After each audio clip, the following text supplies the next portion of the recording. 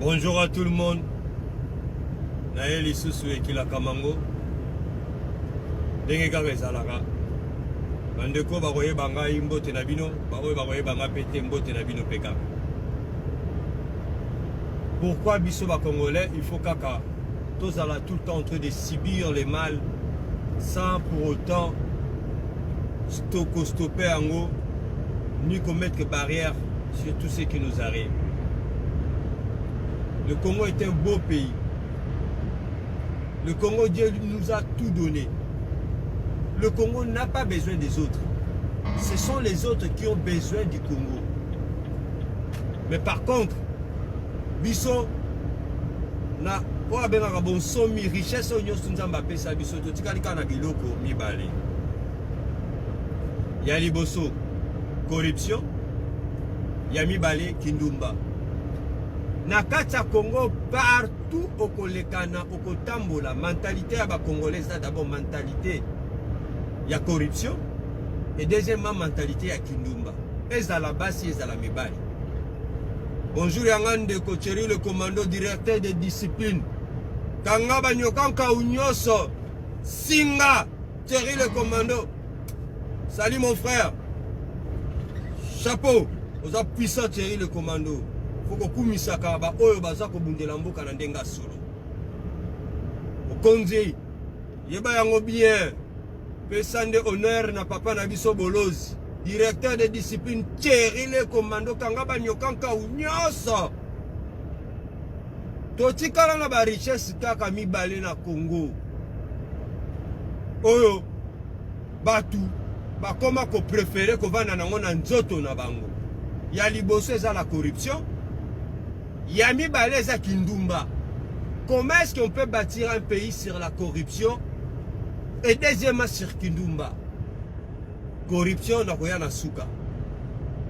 Lelo ndenge tozaboe, tozalaki lobby hier na tribunal, la cour d'appel à tribunal à Versailles. Tovandela ki Kofi to sali musala na biso. Kofi nenga kewana donc alinga ta okende prison. Parce que ndenge zana toyoko yebande makambo asika lelo que Kofi a utilisé un passeport congolais alors qu'il a déjà français. Comment est-ce que toi tu es français mais tu utilises le passeport congolais? Cela veut dire corruption za makasi na kati ya mboka na biso. Tina niveau ya ambassade, tina niveau ya gouvernement. Pour un gars qui est français, il ne peut pas détenir un passeport congolais parce que Namboka na biso binationalité n'existe pas. En plus, la personne, il est violeur. Ou abenaka pédophile. A séquestraka bana basi. Abetaka ba maman na biso. Sans oublier que c'est une personne ou abenaka ene mutema mabe. Donc, mutu moko ataka batu ba kuba ba piège, mutema nezalaka mabe. Mais besoin qu'on paie un passeport congolais alors que ça fait déjà des années depuis longtemps qu'on fait dans la cas français.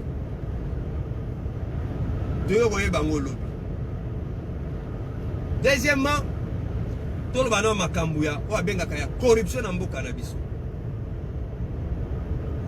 Pays mobimba est comme pays à bazoba na bazoba. Président de la République Zoba. Tozali na richesse munene na kati ya mboka. Mais yo ozokende kosenga bambongo na ba pays étrangers. Soko ozwi bambongo wana même ata ba pesi mbongo na FMI ou ba pesi ailleurs. Ozwi mbongo wana olie okamata kutu na kati ya pasi ya Congo ozwa mbongo wana otinda na mboka pone créer ba emploi. Yo ozwi susu bambongo wana otinda ngona ba paradis fiscaux. Pona Congolais sikoyo asuka wapi? Alors que tozali na ba richesse ebele okoki kokende kosenga batu mbongo te. Pour la corruption ici là na Congo c'est simple. Il faut qu'on kanga ba frontière na biso. C'est le monde extérieur qui a besoin du Congo, mais c'est pas le Congo qui a besoin du monde extérieur. Biso ndenga tozabo corruption eza na kati mboka na biso, c'est parce que les étrangers sont venus mettre la corruption à l'intérieur ou à benga ya ami ya Congo. Papa na biso kala bazalaka miyibi boyete. Ba maman na biso bazalaka miyibi boyete. Maladi oyo ye lelo ya koyiba mbongo ya mboka, ya koyiba ndeko na yo, ya koyiba mutu nyonso euti wapi? Euti na bato oyo bengaka ba travers ya ba étranger. Ba Belge ceux qui balingi ba écraser ba Congolais, ba koya ba ko corrompre ba Congolais mususu en envoyant des étrangers neti ba Tutsi, neti ba Libanais, neti ba mboka mususu baza tout aux alentours na biso. C'est ça le problème il y a Congo. Corruption et ça qu'on met biso par terre. Le long tozo yeba yango bien tozo lo bako IGF ya Gilles Alingeti et ça qu'on combattre la corruption.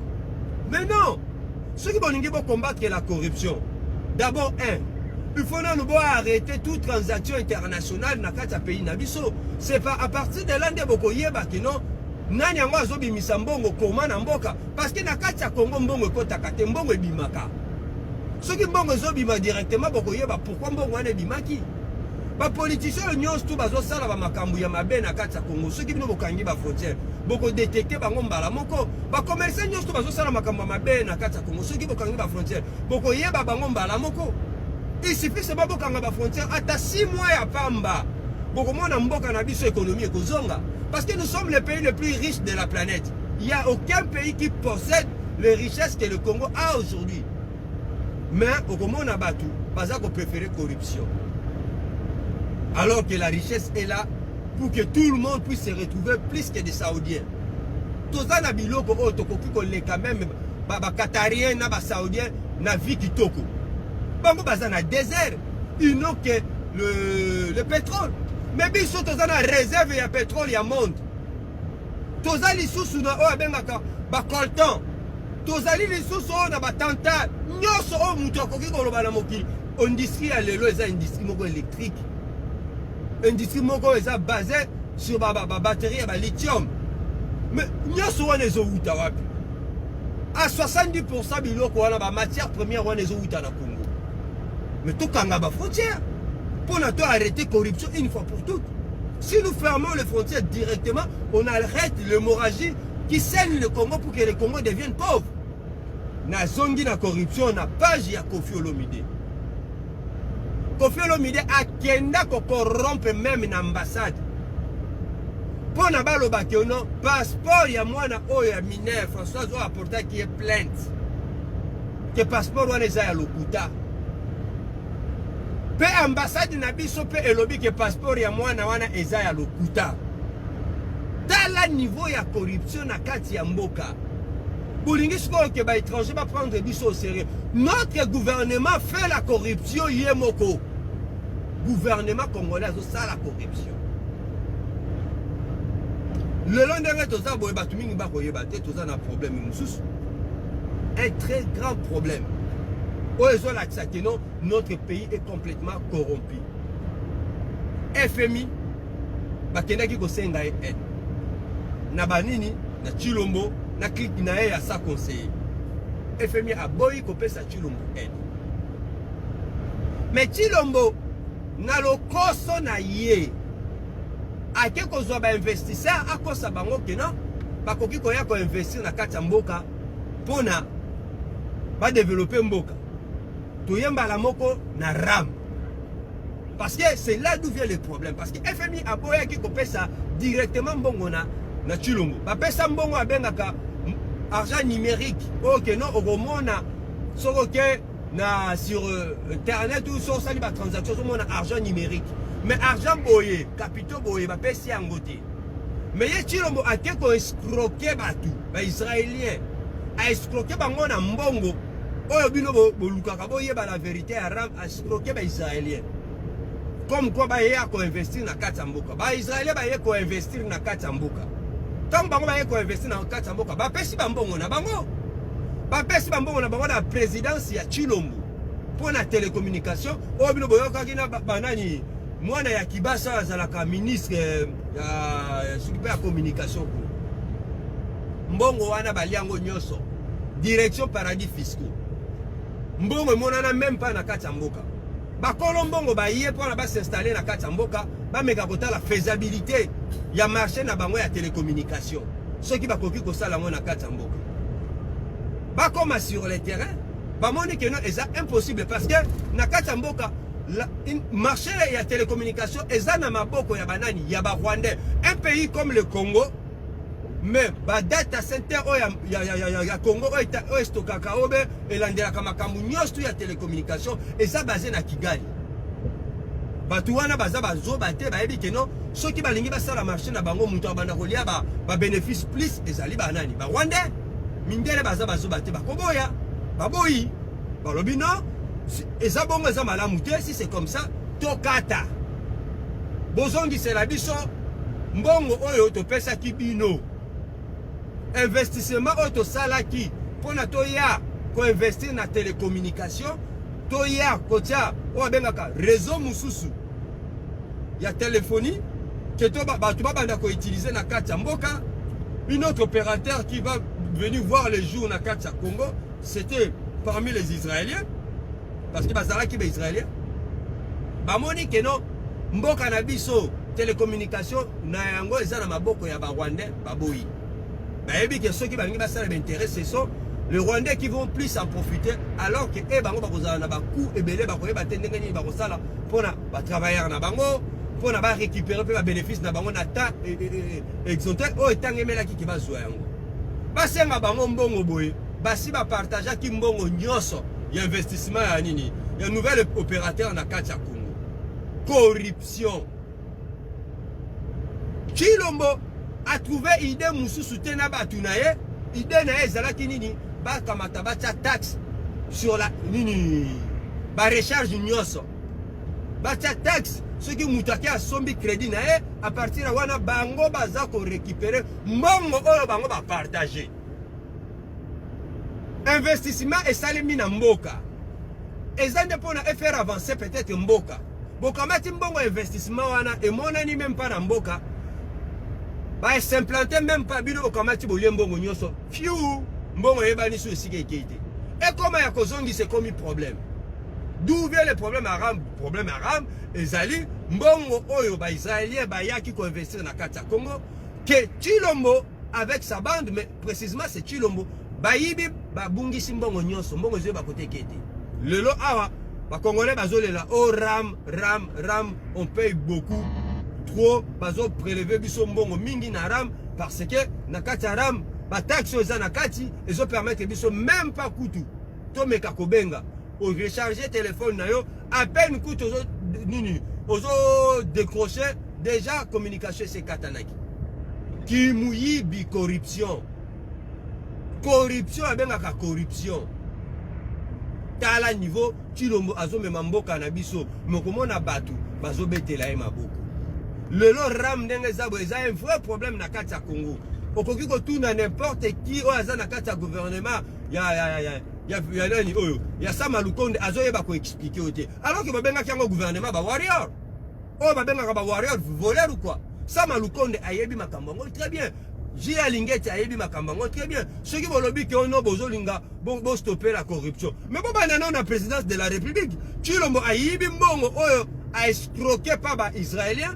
Le lopo na bazongi sambongo ngo a commis sous ko escroquer ba Congolais do. Ba Congolais bazwa eloko moko te. Ba bénéficier na service ya ram te. Mais le ndenga zabo e service ya ram wana ba Congolais baza ko payer yango. Pe ozomona pe batu bazo sala na bango pas grand chose à part balekani na gauche balekani na droite. C'est le gouvernement qui est en train de voler son propre peuple. C'est la présidence qui vole le Congolais aujourd'hui. Pour nani bokoki ko sala makambo ya marque oyo. Après koyoka batu bako belela fachi beto. De corruption partout, miyibi partout. Na ba passeport bozami yibi. Na ba investissement. Bonjour maman nangai Bernadette. Na ba investissement bozami yibi. Na makambu ya honnêteté envers le pays. Que non, bon voter ba taxe. Que ba taxe wana eko servir de quelque chose qu'on a faire peut-être avancer. Wi-Fi, 5G, tout benga ba étudiant, là mususu ba connexion à la facile. Nzokande za kimuyibi. Donc ba jui investissement na gauche. Ba kena ngona ba paradis fiscaux. Ba comme susu ko yiba na droite. Pour na bazong sa investissement et l'autre part yambongo ba kamatango li susu batinda ngona ba paradis fiscaux. Comment voulez-vous que mboka lokola Congo se redresse ko se redresse? Miyibi baza partout, il y a la corruption partout. La corruption partout.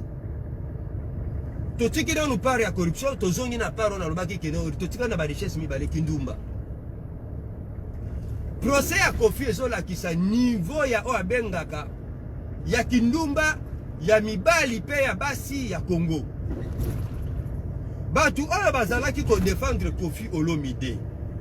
Batu oyo babandaki kolobaki ono mopao est innocent. Pourquoi awa procureur amoni est innocent?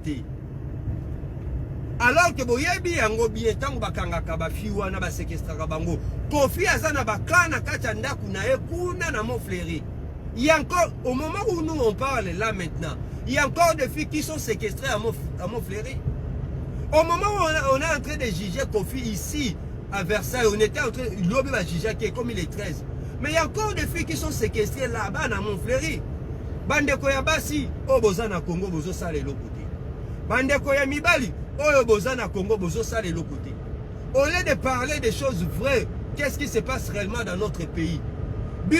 C'est comme si bondima kindumba wana bondima boussalité wana donc ceux qui baza ko violer moi si bino bo mona normal. Ceux qui bazali là mususu ko violer moi na bino bo mona normal. Le fait est que total alikambu ya pasteur oyo Paul Mukendi, révérend ya Busoba oya Canada. Hier basi ba condamné qui il fallait qu'il de prison na Canada. Abimi na Canada ndengeni. Avion présidentiel et zobimisa violaire. Avion présidentiel. Donc cela veut dire Félix Tshilombo il cautionne même des viols. Le loba dossier musu de la révérend Paul Mukendi nakati na Canada kuna. Il y a escroquerie. Sans oublier que non ba dossier il y a ba viol et ça lisusu ebele kuna. Mais président Nabiso bobenga Fachi Beton. Hier akamati akimisi Paul Mukendi. Amemi Paul Mukendi aujourd'hui se retrouve à Kinshasa. Comment est-ce qu'un violeur comme Paul Mukendi se retrouve à Kinshasa? En abandonnant sa femme, en abandonnant ses enfants. Comment pouvez-vous croire que non, le président de la République a cautionné un violeur Azala en liberté alors que moi si na yena bana na yena moment où tozolo baboué bazana ba situation moko ya mabi. Basi ya ba pasteur. Basi ya ba pasteur. Tosambe la kabiso nyostu metoza bazobati. Nous savons qu'est-ce qui se passe réellement dans ba couple ya ba pasteur, ba couple pastoral. Sous prétexte que non azali s'occuper ouin dédié, ouin les aba ouin dédié. Ce que zo benga batu mususu ba ouin dédié, il faut baser la paix vraiment na o benga ka ba principe pe éthique ya ouin dédié. Ba pasteur na biso ce sont des pasteurs violents, mutu lokola. Oyo papa oyo muto nani mukuna azali pe côté ya batu na ba église. Donc bino bo koshona kindumba na Congo bo koshona mabe mukuna aza côté ya batu na église alors qu'il azaki na dossier ya munene ya ba viol. Le mukuna aza tranquille ayaka pe a imposer batu maboko azu pe président de la République a imposé maboko. Comment voulez-vous président de la République aza na molimo ba viol te? Mais c'est normal que Félix Tshilombo azala na molimo ba viol, azala na molimo ba pédophilie. C'est sûr et certain que na présidence kuna tokoyoka un jour makambo bandi kobima qu'il y a eu pédophilie par rapport ya ba na basi et il y a eu des viols aussi par rapport ya ba basi kuna. Parce que Paul Mukendi azali na Congo, il possède la nationalité canadienne. Pourquoi vous extrader été? Pourquoi vous livrer été? A que ne copilger peine nae. Parce que wana nyostu ezobimisa biso ba congolais mabe dans les relations internationales. Mais le président de la République cautionne toutes ces bêtises. Président moko abengaka impudique. Biso tozo lukato redresser ba valeur. Président na biso tozo luka buka ba valeur. Biso tozo luka honnêteté na kati ya pays. Président de la République azo luka malhonnêteté. C'est ça le problème ya ba congolais. Bozui mode comme modèle les anti-valeurs. Histoire ya COP bomemi yango partout jusqu'au sommet de l'État. COP ezali corruption. COP ezali malhonnêteté. Parce que na kati ya COP le pays ne peut pas se redresser. Na kati ya COP bokoki koyeba te entrée ni ne kota ki na mboka sorti ni ne bimi na mboka. Nyos est égal. Oh Percy Mpianangi. Bonjour mon frère Percy. Oza Moutounao, le grand combattant qui là. Bissonnet toza botoko lâche faire te. Toza kaka awa na makambu ya Congo. Tala richesse au biso ba congolais to tikali nango corruption na kindumba. Lelo soko zui au Kenya Congo, eloko liboso bazote kisela eza kindumba. Ba jeune fille ya kitoko, soko za la KPD ba jeune garçon ya kitoko. Après ba komemela ba cop, peut-être que ba cop ya ba terrain, ya lokuta o kutu mbongo zo kene na cadastre te. Ba notaire ya mboka na biso ba yebi même pas que non mbongo ezokota bazotekisa ba mapangu bazo kozwa même pas pourcentage là-dessus. Après ba koyela lisu ba makambo oh non pona mona poto nyos tout sous cop o même batu na poto wana pe lisu sous corruption parce qu'il faut que nos soudoyer batu nyos tout bazaka na ba immigration et autres. Comment voulez-vous mboka na biso etambola malamu soki biso toza tout le temps ancré na kati kaka ya corruption na kindumba? Pourquoi ba musique na biso et ça la kasiksi? C'est parce que kindumba za makasi na kati ya musique na biso. Ba danseuse bandumba. Ba musicien bandumba. Ba oyo bayaka ba fan oyo bayaka kotala musique bandumba. Tina ba étranger oyo bayebi même pas musique na biso baza même pas na valeur à musique na biso bayebi que so ba kena musique ya ba congolais ba kozwa basi ou bien basi ba kozwa mibal. C'est à cause de cela que tomatia musique na biso facilement tomatia musique na biso na kindumba. Batu mingi bazo yeba te pourquoi? Parce que lelo soko tali statistique batu mingi bazo loba yango te. Ya bana ya ba congolais ya mibali o ba komi ba homosexuel ba PD. Je sais pas ceux qui besoin se rendre compte na nouvelle génération congolaise o ezoya. Une bonne partie ya bana na biso ba jeunes congolais sont devenus des homosexuels. Des PD. Nyoso wana pona nini? Tokomi na richesse ya kindumba. Soko zibana na biso ya basi. Aujourd'hui moi équilibre koti parce que to kati ba musique wana. Les filles congolaises bazana lokoso. Ceux qui a joué éducation bien te pas ba parents. Kombo na e lokoso ayeba kate oyaza mukolo oyaza mwana muke. Pona nini kindumba komi wa bengaka mode de vie na biso. Tokoki ko vivre marque wana te na ba travers aussi fort que cela. Bana bala na ka entre bango na bango bela mususu entre ba génération différentes par rapport ya bolingo ya amour.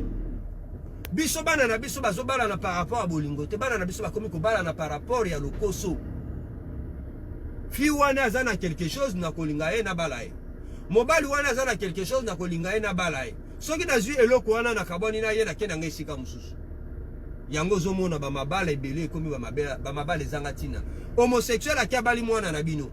Tango ba kokene na libala koto kuna okosanti ke mwana na bino akozane sengote. Pourquoi? Parce que azoyeba ke mobali na ye pe bagumba kai. Akoyena ba camarade ebele ba camarade ya move ba nini ba camarade wana ne mususu balala ka lisusu ye mobali na bino. Ube mobali ngo lisusu alala ka ba camarade na ye. Biloko wana tomona ki yango ya mingi na ba société lokola ba ivoirien. Chez les Ivoiriens, tant que tu as na poto awa, tu as vu que bato bazalaki liboso, ba oyo ba Doug Saga, ba Lino Versace, ba machin tout wana, c'était des homosexuels. Tu as vu kango biye biso. Mais bato wana au fur et à mesure, bazako za la mélanger na ba congolais, ba côté si ba travers na kati ya nini ya communauté na biso. Ba leader oya musique neti ya kala oyo ni msusu oyo netolo ba vient na biso vie beaucoup la daya. Makambo oyo archevêque Lobobo alobaka. Eza makambo solo. Aloba makambo lokuta te. Ba garçon ebele ba yaki makambo ya forme ya bilamba. Bazalaki ba homosexuel. Mingi bazalaki ko bima na ba mindele ou be mindele bazalaki ko bima na bango pona ba pesa ba kasela ka bango ba prix. Ba somba ka bilamba ya ba prix ya makasi na moins cher. Ou be la mususu ba pesa bango ba bilamba lokola ba bil tornade. Babiloko mususu ya ba kenzo ba nini tout ba dégriffer ou ba hors série ou mususu c'est les cani. Beaucoup de gens na poto. Oh biso to yebaki que no bazalaki kotanga ba kombo na bango biso to yebaki to zaki na milier bazalaki ba pile ou face mibali ba pile ou face. Basi bazalaki ba chel. Biloko wana nyos tout eloko sauver ba tout lelo et stopper ngo c'est nous les combattants avec stop ya musique. Tala to komina tozana mboka ya kitoko o tokoki kokanga ba frontière que mboka s'est développé mbango que biso nyonso to komi pe ba personne rabenga ka stable aisé tranquille toi sur na posa ko bimana poto te Mais tellement que la frontière n'a pas la contrôler, ils ont même un déséquilibre dans la économie à Congo. Et ce déséquilibre ramène quoi comme vice et travers? Et l'autre c'est la corruption. Et l'autre ami balé Kindumba. C'est pourquoi partout dans le Congo, au Congo, on a Bandumba partout. Kindumba est commis partout. Nabana ya 8 ans, 9 ans, 10 ans. Ce qui se passe avec Kofi ici en tant que pédophile. Et ça parce que ça poto. Mais si on lobby à Congo Kinshasa, combien il y a de pédophiles dans la ville de Congo Kinshasa? Au vu de tout le monde et chaque soir, na ba marché, ba mibali bazoya kola la bana ya mike ya ba mineur. Toza koloba ba makambu o est servi de leçon à Kofi Olomide. Mais toza kobosa na Kinshasa kote okuna. Ba mibali mingi ya ba Congolais, balala kabana mike. Ce que tu as dit que nous sommes majeur na 18 ans, pourquoi tu as respecté en côté? Moi, nous makambu ya vie na ye ezu forme te. Ba étude na ye ni ao abengaka cerveau na ye ezu capacité te. Comment est-ce que bokoki ko offrir rien na mobile? Moi na moi si soki kaka bimi na mobile, cerveau de comment on dirait ça divisé en deux. Une partie est que la sexualité et une autre partie dans la vie normale. Mais ce qui a côté li bala, cerveau à moi c'est comme on dirait divisé en 4. Oh ben, 3 quarts de cerveau à moi si ezalaka rien que pour la mobile. Et 25% pour la bana. Jusqu'au jour où peut-être au monde a concentré complètement la balle. Ce que ça papa malade mon rôle non maman occupe-toi bien de mes enfants pour qu'ils permettent ngana zala équilibrer. Mais toyebi yango bien même à tabasi na biso soki bazu mobile ya sika. Okomona ye azo préféré mobile alia ka kitoko ala taka kitoko avivra ka kitoko ke bana na ye moko oya boti. Même quand ceux qui banent en côté ça coûte ya mobile wana te mais à cause de négliger bango ye pour ça les akam wana ni osezani ba travers ba tchaba tuna cerveau ya Kindumba. Nous les Congolais nous avons deux modes de vie aujourd'hui partout où nous allons. La corruption et la prostitution. On se prostitue partout. À tous les niveaux économiques yango. Olingo sololana mutu bien. Kopo eza logique bino fo ben nango na coin. Nakobi miselo eloko boye carte boye nakobete lo caché boye même ata soki l'état lo baki asengi 10 dollars yo muto kolingo sala ngo komisa ngo 30 dollars. Ça c'est la corruption parce que 10 dollars wana oyo zo boya kopesa na l'état yango ndezo sala ke mwana no alia kate yango ndezo sala ke no le mususu yo ba futa ote. Niveau ya corruption est comme banal, est comme normal à toutes les échelles de la vie. Même dans l'église pastorale corruption est comme na ba niveau wana. Ba pasteur ya l'église corrompu. Ba pasteur moko abengaka énormément corrompu. Mbongo ya mabonza bozo kolia. Mbongo ya badim n'en parlons même pas. Ceux qui te lobby mbongo ya badim ba pesa ka pasteur. Mbongo ya pasteur pesa badim pas nani. Mbongo ya badim ba pesa ka pasteur. On comprend. Biso bandimi to ye to pesi yo dim. Siko yo pasteur yo pesa ka dim ne pas nani.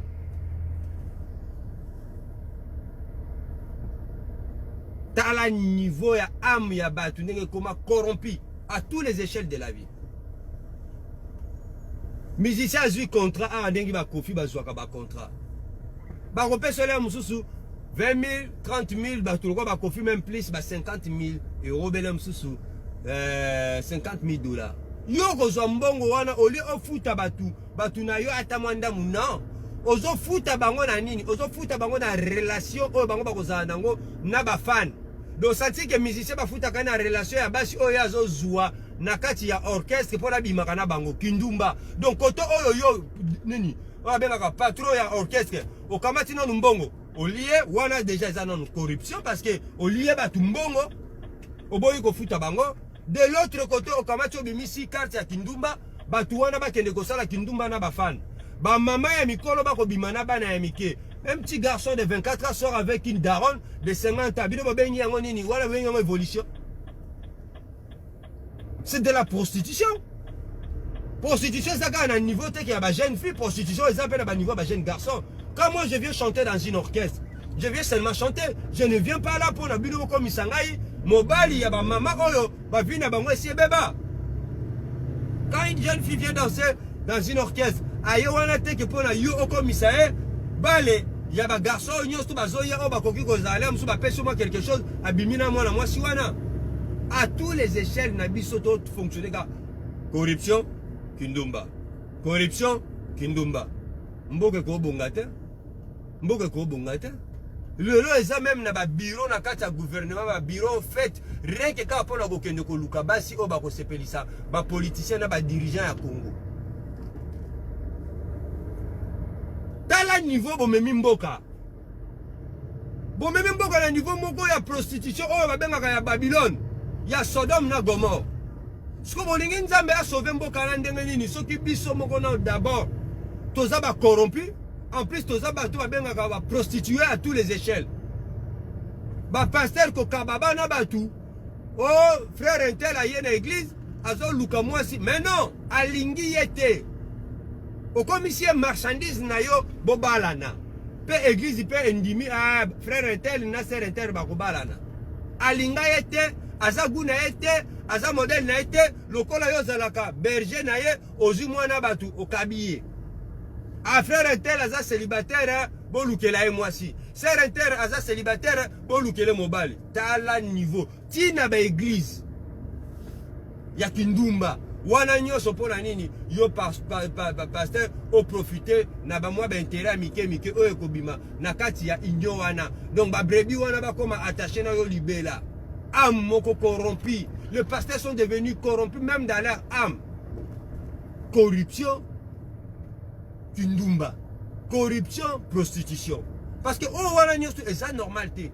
Ce qui s'est passé avec Kofi, toujours le bango bien zamabé. Mais soyons sérieux. Ce n'est rien à côté de tout ce que nous voyons dans notre communauté et dans notre société, surtout nous les Congolais. Kofi n'est qu'un exemple parmi tant d'autres. Ceux qui te l'obito bandakota la ba politicien nyoso oyo ba bebisa ba na ya batu. Mais to ko lo ba 90% ba politicien ba za ba pédophile. Qui ne sait pas que les politiciens les jeunes filles il y a 15 ans, 16 ans, comme ici, il deuxième, troisième bureau. Qui ne sait pas que les pasteurs peuvent être dans le bureau. Dans le niveau où ils sont toujours même en boca. Ils doivent fonctionner comme si c'est normal. Rien n'est normal au Congo.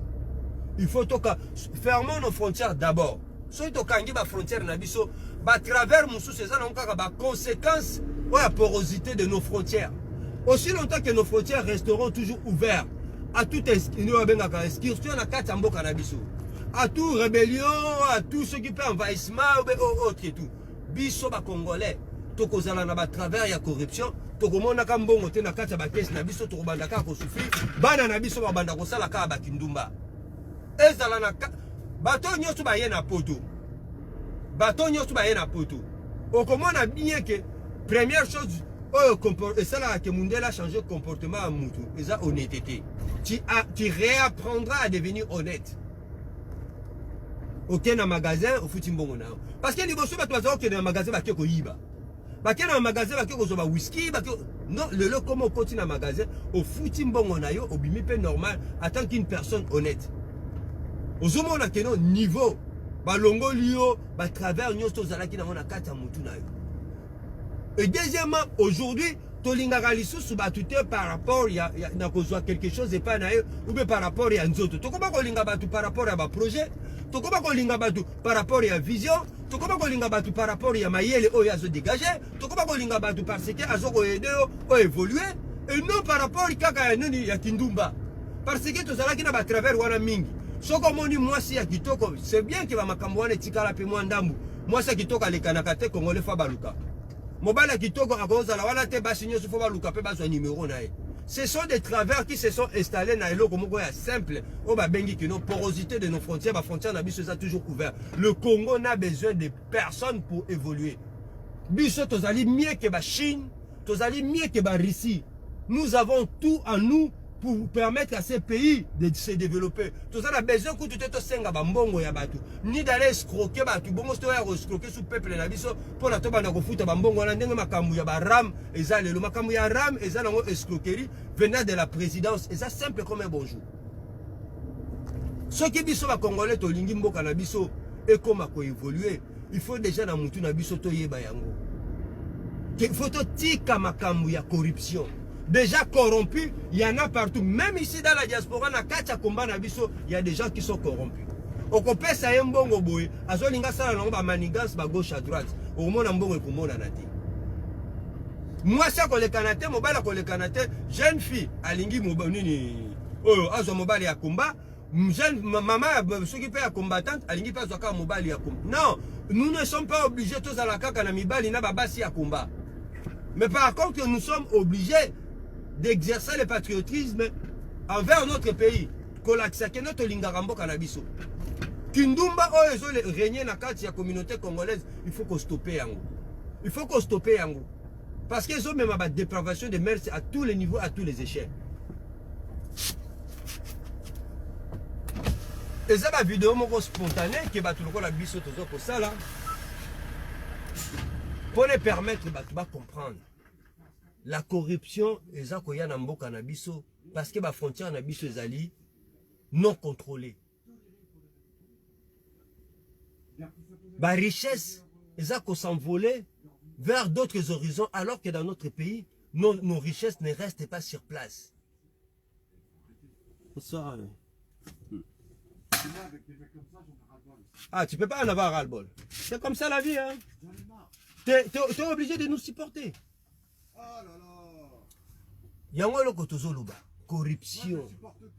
T'inquiète pas, corruption à tous les niveaux. Non, mais moi je suis en direct et là je parle avec des gens en direct. Corruption est amabé. Corruption est amabé. Kindumba est amabé na kati na biso. Ils ont permettre que biso te koma honnête. Tous ça là tout le temps malhonnête parce qu'il y a la corruption à tous les niveaux. Et ben dans la présidence, dans le gouvernement, et yeti, na ba député, kiti na se, na ba maire, na ba bourgmestre, tous sont corrompus. Mikanda ya pamba pamba oyo keno okoki kosenga acte de naissance, okoki kosenga leo mususu nini? 355 et N. Nyoso wana ekomi nini? Il faut kaka opesa mbongo ya lokuta. Na biloko ya pamba pamba. Un simple cachet pour légaliser un document, il faut aller corrompre. Un simple cachet. Cachet à légaliser un document, il faut qu'on foute la ngombongo, il y a corruption. Ce qui est caché d'abord, il y a légaliser un simple document, il faut foute la ngombongo, il y a corruption. Imaginez-vous maintenant, là-bas, dans la présidence, pour la moutou, akutana, là, moussousoube, à ça, la dossier, moko boye, koki ko faire évoluer mboka. Quel sera le niveau de la corruption? Merci. On croit entendre un président pareil. Sérieux, j'avais l'impression de fermer les yeux, genre, un président africain. Si tu prophétises pour mon futur, ça sera très bien. Hein? Au Congo. Ouais. Ok, salut. Ce qui est simple caché à légalisation d'un document. Les autres Congolais, ça la corruption. Essayez d'imaginer maintenant un opérateur économique qui vient investir au Congo. Quel sera le niveau de la corruption de la présidence ou bien peut-être le niveau de la corruption? Il y a ministère, il y a finance, il y a économie et tous les autres. Kindumba à tous les échelles, bozo soit basi ya bandumba awa, bon même bango na mboka, bazwa kababi makana ba mbongo oyo bozo yiba na mboka, pona ba yaka na ngona ici à l'étranger. Pourquoi bozo sala makamba marque wana? Est-ce que vous êtes inconscient que makambo bozo sala et comporter préjudice même na bana na bino obino boboti? Corruption à tous les niveaux, oya benga kaya vie congolaise. On dirait qu'il y a que des démons au Congo. Le Congo n'est pas du tout maudit. C'est nous-mêmes les Congolais qui maudissons le Congo. Problème il y a Kofi à cause de parce que tu as parce que à ça négationnisme na wana et memi musika mais zaka kayangote. Et ça peut niveau peuple na biso même biso moko ba Congolais tokoma na kindumba na corruption. On veut corrompre partout. Pour une simple démarche administrative, il faut faire la corruption. Pour une simple ce qui peut mariage coutumier ou autre et tout, il faut que nous soudoyer tout. Pour une simple l'homme sous don à l'église, corruption peut côté. Pour une simple l'homme comme il y a pamba aller payer un professeur pour que bana batanga bien au foutu d'un bon lisusu mona na passer classe. À ce niveau-là, tokoki jamais qu'on réussit qu'on redresser Mboka. À ce niveau-là, nous sommes destinés à être détruits. Paul Kagame ayaka ko corrompre ba politiciens congolais. Est-ce que vous boyokata une fois na Rwanda que un Rwandais bakangi na corruption? Paul Kagame, James Kabarebe, Hippolyte Kanambe, Ruberwa, Moïse Nyarugabu, tous les autres, Kamere et consorts, Bayaka ko corrompre ba Congolais na kati ya Congo. Est-ce que vous boyoka un jour na Rwanda à faire la corruption? Est-ce que vous boyoka mata une fois na Rwanda à faire la corruption? Ba jeune fille bakangi bango bazo sala wabengaka nini amour ensemble na ba garçon mususu ba boma bango na Rwanda une fois seulement vidéo ya pamba ya sex tape ya pamba sex tape ya batu ki ono bazo sala ba travers ba jeune fille na ba garçon ba omela masanga bazo sala amour ensemble comme une sorte de partouze. Paul Kagame boma bango nyoso fiu mais okoyoka ba politiciens congolais nyoso bazali na ba basi ya ba rwandaise. Ba première, ba deuxième, ba troisième bureau. Tous les politiciens congolais ont plusieurs femmes. Ba pasteur, nous n'en parlons même pas koutou bango na ba sextape, ba koma na bango ndenge moko na R. Kelly. Ba musicien wana koutou za mode de vie na bango. Kindumba ya ba musicien tolobela bango lisusu te. Parce que ba vivaka na Kindumba. Yo solo ka balobi ke no musicien zo sala Kindumba. Non, balobaka suna musicien te ka zo sala Kindumba. Parce que ba yebi ka vivaka na Kindumba. Toujours trouvant normal. Ce qu'on a besoin aux ba jeune fille facile na kati ya communauté congolaise. Comme camarade ya ba musicien. Vas-y avec les musiciens, tu auras tous les jeunes filles faciles. Bazana ba carnet de dresse ya ba fi oyo balingaka vi ya koluka bambongo soki pe ya Kindumba bazana ba carnet de dresse ya ba PD bazana ba carnet de dresse ya tout consort wana ba musicien nyoso wana ezouta wapi. Ce sont des travers ya faiblesse ya ba frontière na biso. Depuis que le Congo n'arrive plus à contrôler ses frontières, tous les vices et tous les antivaleurs mbalamoko s'est développé makasi na kati ya mboka na biso. Eloko aliboso oh c'est facile pour nous sala ko redresser mboka na biso lelo, peu importe la personne qui a pris le pouvoir, il faut fermer les frontières. En fermant les frontières, tu protèges ta population et tu protèges la richesse du Congo en même temps. Et au Congo, on a créé tout aux et Sili. Nous sommes les seuls pays au monde qui n'a pas de frontières. Les seuls pays au monde qui n'a pas de frontières. Les seuls pays au monde. Même les pays à Mickey, il y a 800 000 habitants dans la frontière. Bissot, dans un pays où il y a plus de 100 millions d'habitants. Dans la frontière. Alors que nos voisins, nous avons au moins 9 voisins tout autour de nous. Mais nous, les Congolais, nous n'avons pas de frontières. C'est comme une corruption, ça l'a été dans le na douane, ne parlons même pas de douane. Nous avons des camarades de Belé. Au moment où on a 5 conteneurs, 7 conteneurs. Mais baza obligé par conteneur, ba pesa ka ba douanier ba mbongo, il y a corruption pour la ba bimise. Donc ceux qui sont mbongo qui na caisse à l'état ba douanier ba lingité. Mais ceux qui sont mbongo qui na ba poche na bango, là à ce moment là au moins ba bandi ko betelo ba cacher pour no bimisa ba conteneur na, o bimisa marchandise na. Et par conteneur au moins 20-21 000 dollars par conteneur. Il y a 40 pieds. Essayez d'imaginer qu'est-ce que le pays perd tant que la corruption et marque. Je ne crois pas que l'administration, que le conteneur moko coûte 21 000 dollars pour les babimissango na kati ya port. Mais au comment on bon de main à main pour que nini ba conteneur na douane ebima. Mais bambongo wana nyosu wana yango wana mutu ko reconsimboka to sana ba frontière té. Donc la loi de la jungle règne au Congo à tous les niveaux. Tout le monde est corrompu, que ce soit Mwana ya Muke, que ce soit Mukolo, que ce soit Mama ya Mpaka, tout le monde est corrompu. Et après cela, ceux qui corruption est Sili Kindumba. basi na mibali batu nyonso bandumba na bandumba. Mwana muke mukolo ayeba na kaisute na mboka. Différence générationnelle n'existe plus au Congo. Tout le monde aime faire les sexes comme si biso tout ça ba la peine. Et là quand tu vas quelque part, nous devons s'intéresser dans s'il y a des jolies filles ou de beaux garçons. Batu bakoma ko kende église pour na batala soki basa kitoko bazar. Bakende ko sambela nzambe te me batala ka basa kitoko. Mibali bakoma ko kende non basi bakoma ko kende église pour na batala mibali nini baza célibataire. Oso bimaki na faire un tel mezo luko zo susu mobali mususu. Bon memi wa benga ka discothèque na kati ya église. Bilamba ya mabe, ba danse obscène. Ide na bino kaka ko sala ba couple. Même ata ba couple ngo ko simba te na batu mususu tali mutu oyo na mutu oyo baza compatible me basali couple pona nini kindumba eleki batu mingi na même groupe bozo partager mibali na basi comme si c'était des serviettes na botina mwana mobali oyo bokabani na ye ozi mwasi mususu ozi camarade ne lisusu ozi camarade ne mobali na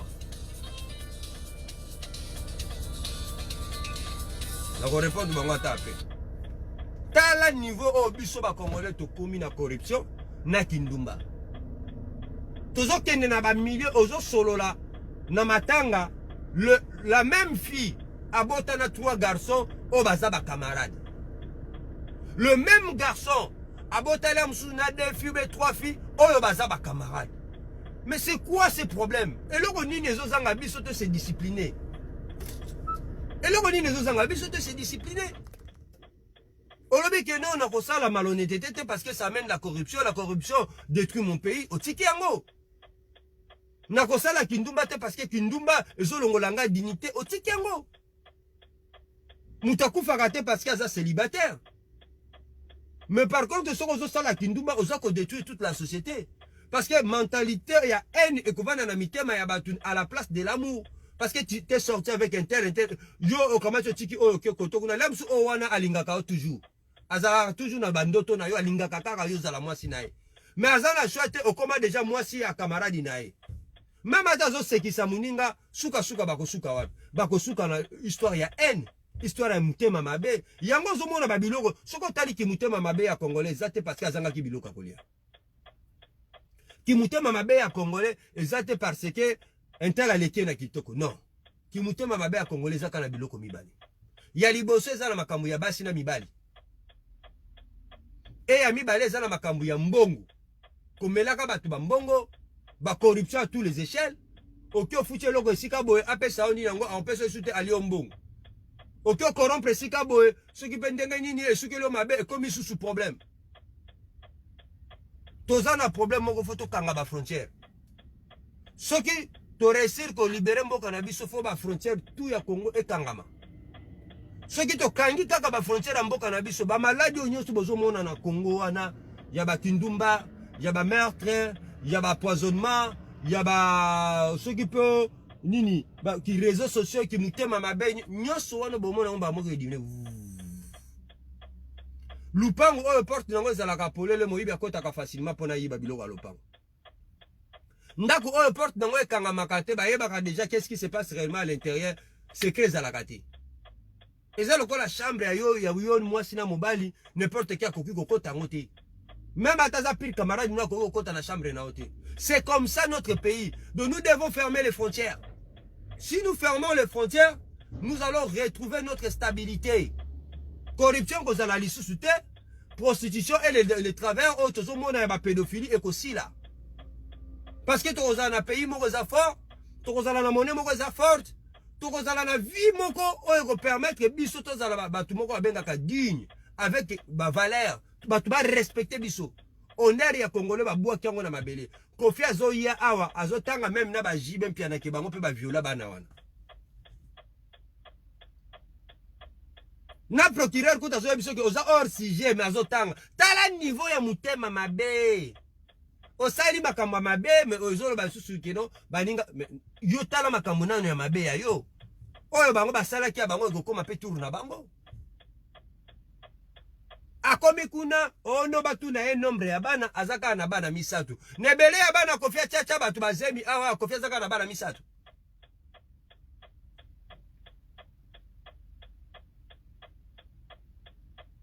kolobaka makambo oyo nga naza mutu mbongo nga naza na mutu entele nga nasobela nini Kofi aza na banyonga ndaku ya Anière ezalaki ya banyonga ndaku plus de 6 mois afuta pete ti lelo nyonso wana kaka parce que biso ba congolais toza su na valeur te na mokili nayaka kopesa batu mateya te mais nayaka kolakisa batu qu'est-ce qui ne va pas dans notre pays. Ces pays doivent être libérés et que les bonnes personnes doivent s'installer au sommet de notre pays pour permettre que travers nous ici là. Chilomba fait 3 ans, bientôt 3 ans. Na 3 ans, on a transformé Mboka au moins à 6 fois parce que 6 mois déjà j'ai belé pour la présidence d'un homme. Bamougou Fouli va voyager. Chilomba Zokende déjà plus d'une centaine de voyages. Mais solution au monde en a. Azokende Ndeli kokende ko tiabiso na banyongo. Pourquoi? Parce que ceux qui bazui mbongo bakamati partager pandi ngo ba gauche droite na corruption lobby biso tokozana ba dette ba 20 ans ba 30 ans ba 40 ans. La seule façon ya ko pulcher ba dette wana nyonso ezaka to kangi ba frontière bango ba se rendre compte côté yo viraki mbongo nao mbongo wana o se rendre compte o mituna ka batu wana ceux qui ba ko porter bango ba plainte ba kende ba prison bango nyonso ba kende ba prison mais koyebana. Quand tu traînes avec un malfrat, quand tu traînes avec une mauvaise personne, sois assuré certain qu'il n'a qu'à t'approcher dans le côté. Même quand tu traîner mon côté, bah garçon, au moins mis ça tout mobimba. On a qu'à t'approcher à Kofi, bah on peut pas vous la condamner. So comme on dit mouton ça m'a bé qui maille. Et qui qu'on battre aux yuma. Tu protèges toi et tu protèges ta famille. Et tu protèges en même temps ton pays. So on dit jeune fille, jeune garçon, ça la qui maille. Parce que azobebi sa société na bino côté yo ko vanda côté bana no ba ko vanda côté moi sinon na nini na bande ko no ba ko zala ya wana lobi to tikane na ba richesse mi balé. Un côté c'est la corruption et de l'autre côté ezali la prostitution. Quand est-ce que nous allons mettre fin à tout cela? Merci Nabino. Nasuki wana.